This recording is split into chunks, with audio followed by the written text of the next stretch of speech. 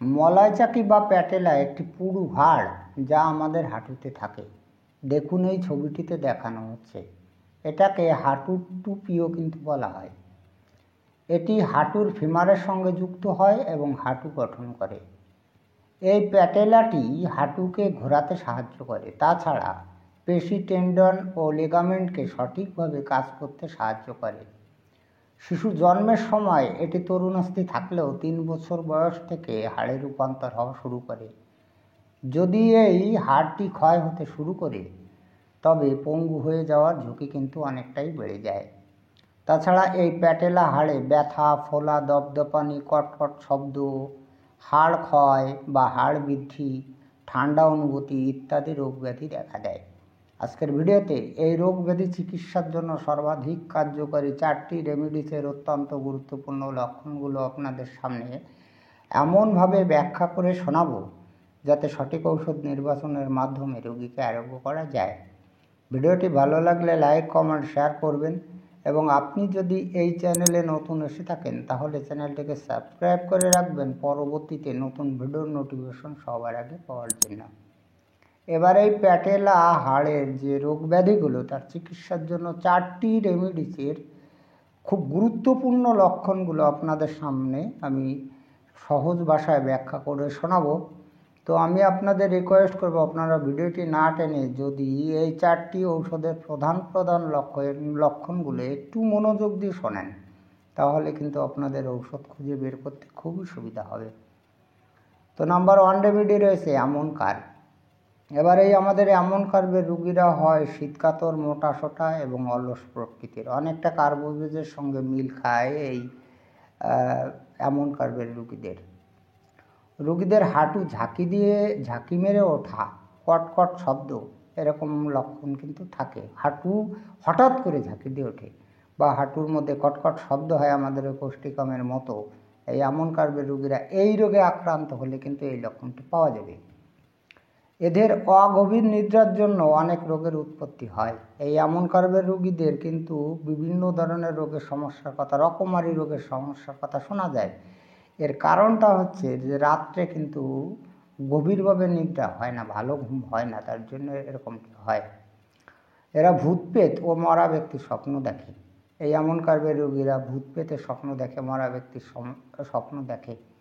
630 শক্তি প্রয়োজন অনুসারে সূক্ষ্ম মাত্রার ডোজ ব্যবহার করতে পারেন। যদি প্রয়োজন হয় তাহলে এই দুটো শক্তি আপনি ব্যবহার করতে পারেন এবং কিন্তু খুব সূক্ষ্ম মাত্রায়। এবার এই এমন কাজ সম্পর্কে যদি আপনি আরও বিস্তারিত তথ্য জানতে চান, এখানে তো সমস্ত তথ্য তুলে দেওয়া সম্ভব নয়, এটা একটা বড় ঔষধ, তাহলে এই চ্যানেলের 236 নং ভিডিওটি দেখতে পারেন। নাম্বার 2 রেমেডি রয়েছে স্পাইজেলিয়া। এবার আমাদের এই স্পাইজেলিয়া রোগীরা হয় শীতকাতর, স্পর্শকাতর এবং রোগা পাতলা। শুধু শীতকাতরই হয় না, এরা স্পর্শকাতরও হয় এবং দেখতে কিন্তু রোগা পাতলা হয়। বাম দিকের হাঁটুতে দপদপানি অনুভূতি, ঝাঁকি মেরে ওঠা, এই লক্ষণ কিন্তু থাকে। বাতাগ্রস্ত শরীর, হালকা চুল, হরিদ্রা বা মেটে বর্ণের মুখমণ্ডল এমন মানুষদের পক্ষে ঔষধটি কিন্তু অধিক কার্যকারী হয়। এই যাদের বাতের সমস্যা থাকে, হালকা চুল হবে এবং মুখের বর্ণটা হবে কীরকম, মেটে বর্ণের বা হরিদ্রা বর্ণের, এরকম মানুষদের ক্ষেত্রে কিন্তু সহজে ক্রিয়া করে এবং অধিক কার্যকারী হয় এই ওষুধটি। এর রোগীরা রাত্রে বিছানায় হাত পা স্থির করে রাখতে পারে না এবং পিন, পেরেক, সূচ দেখলে কিন্তু ভয় পায়। এরা রাত্রে যখন বিছানায় শয় তখন পা দুটি স্থির রাখতে পারে না, একবার এদিকে আর একবার ওদিকে। এছাড়া সাইলেসিয়ার রোগীদের মতো এরা কিন্তু পিন, পেরেক, সূচ এইগুলো দেখলে কিন্তু ভয় পায়। 3201 শক্তি প্রয়োজন অনুসারে সূক্ষ্ম মাত্রার ডোজ ব্যবহার করতে পারেন। যদি প্রয়োজন হয় এই যে 3টি আমি শক্তি বললাম, এই 3টি শক্তি যে কোনো একটি সূক্ষ্ম মাত্রার ডোজ হিসাবে ব্যবহার করতে পারেন। এবার স্পাইজেলিয়া সম্পর্কে যদি আরও বিস্তারিত তথ্য জানতে চান তাহলে এই চ্যানেলের 221 নং ভিডিওটি দেখতে পারেন। নাম্বার 3 রেমেডি রয়েছে অ্যালুমিনা। এবার এই অ্যালুমিনার রোগীরা হয় শীতকাতর, স্ক্রুফুলাস ধাতুগ্রস্তের এবং রোগা পাতলা। হাঁটুতে ব্যথা, ফোলা ভাবও থাকে, ব্যথাও থাকে এবং ফোলা ভাবও থাকে।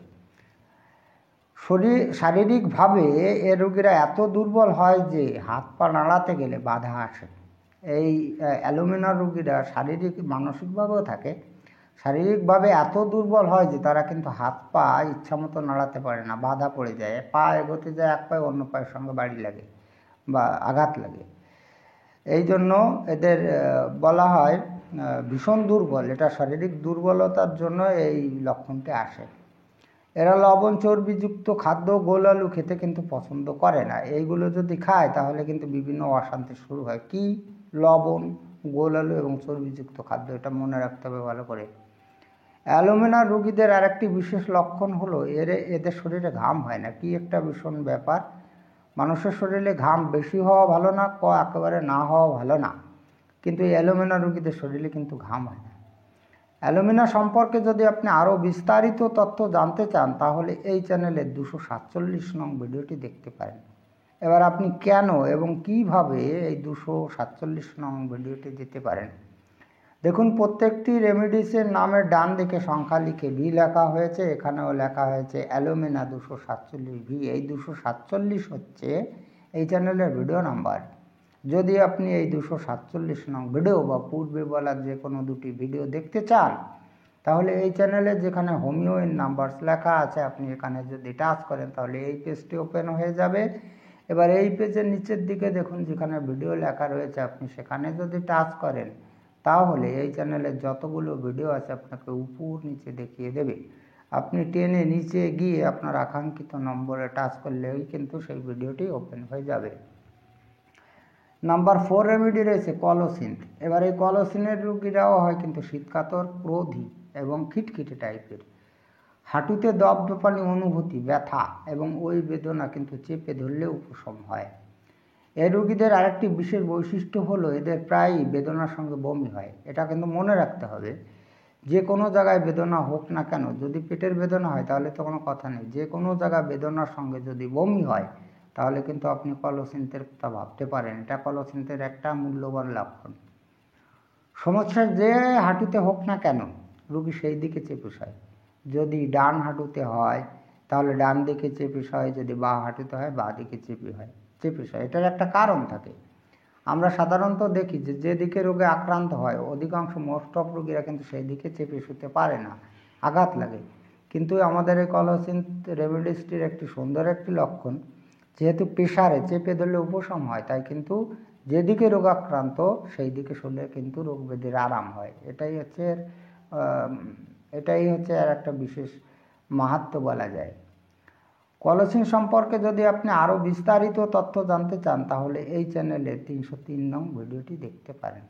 যাই হোক, আজকে এই পর্যন্তই। খুব তাড়াতাড়ি ফিরে আসবো নতুন গুরুত্বপূর্ণ বিষয়বস্তুর ভিডিও নিয়ে। দেখা হচ্ছে নেক্সট ভিডিওতে। ততক্ষণ আপনারা ভালো ও সুস্থ থাকুন। জয় হ্যানিম্যান, জয় হোমিওপ্যাথ।